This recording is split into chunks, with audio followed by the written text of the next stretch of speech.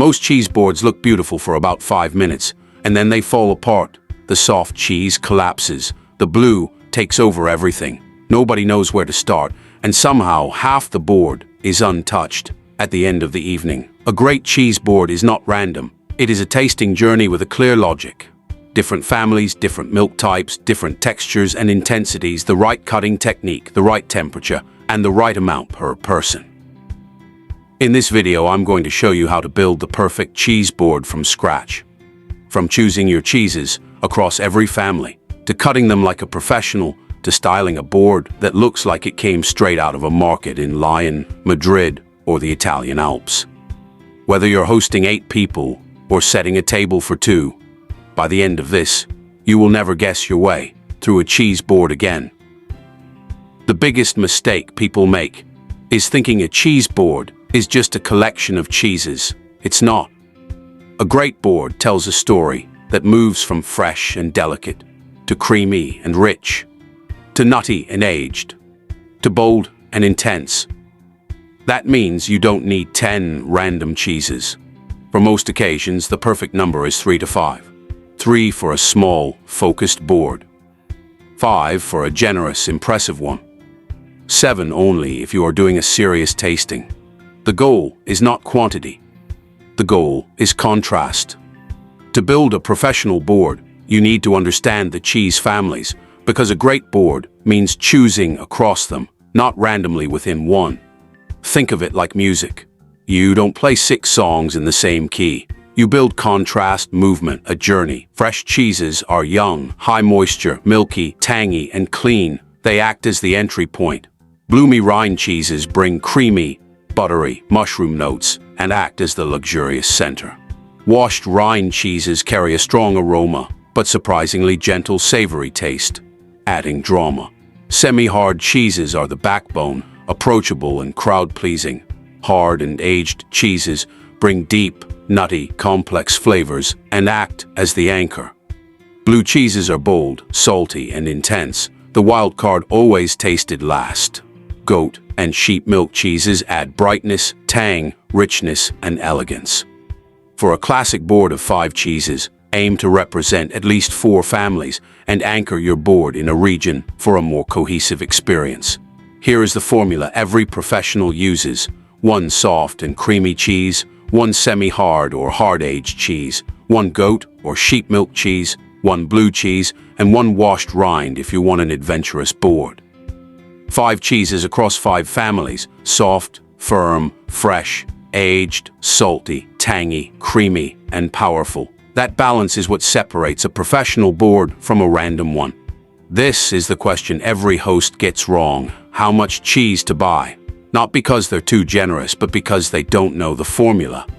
As a guideline, for a starter, plan 60 to 80 grams per person. As part of a meal, 80 to 100 grams. As a cheese course after dinner, 40 to 60 grams. If cheese is the main event, 150 to 200 grams.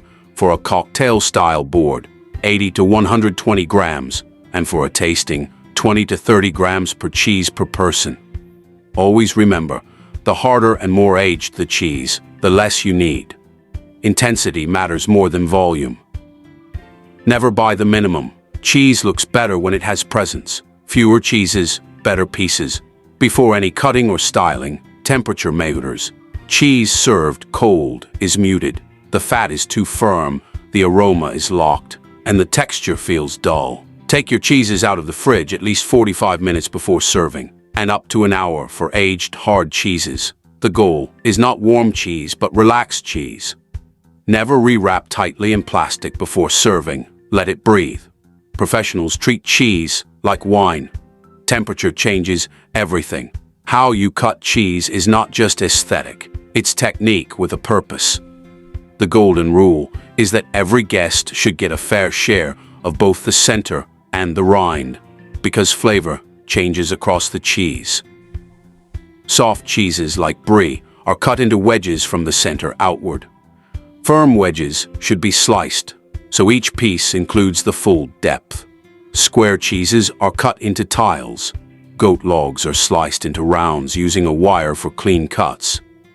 Some cheeses are best presented whole, letting guests interact with them. Blue cheeses can be sliced or crumbled for texture. Hard-aged cheeses should never be sliced. They should be broken into chunks to release aroma. Use separate knives for different cheeses to avoid flavor contamination. A clean, slightly warm knife always gives the best result. Now comes the composition. Start with your surface, marble, slate, or wood. Place cheeses first at different points on the board, giving each space to breathe. Then add accompaniments with purpose: fruits, nuts, bread, honey, or jams that complement specific cheeses. Think in color. Contrast is key. Deep grapes against pale cheese, ruby figs, green herbs, golden honeycomb. Keep bread on the side so the board stays focused on cheese. The goal is not clutter, but balance. Eating order matters more than most people realize. Always go from mild to strong, starting with fresh and goat cheeses, moving through bloomy and semi-hard, then aged, washed rind, and finally blue. Starting with strong cheese overwhelms the palate and ruins the experience. A simple instruction to guests, start here and move across, transforms the board into a guided tasting. Finally, 2 details make a board unforgettable. First, label your cheeses. Even simple handwritten cards add curiosity and engagement. Second, tell a short story when serving. Mention where a cheese comes from, something unique about it, or a surprising detail. That turns a plate into a conversation. The perfect cheese board is not about showing off. It is about balance, the right families, the right portions, the right cuts, the right temperature, and thoughtful composition. When you understand that, you can turn a simple board into something people remember. Subscribe to CheeseHeavenTV for more. Welcome to Cheese Heaven.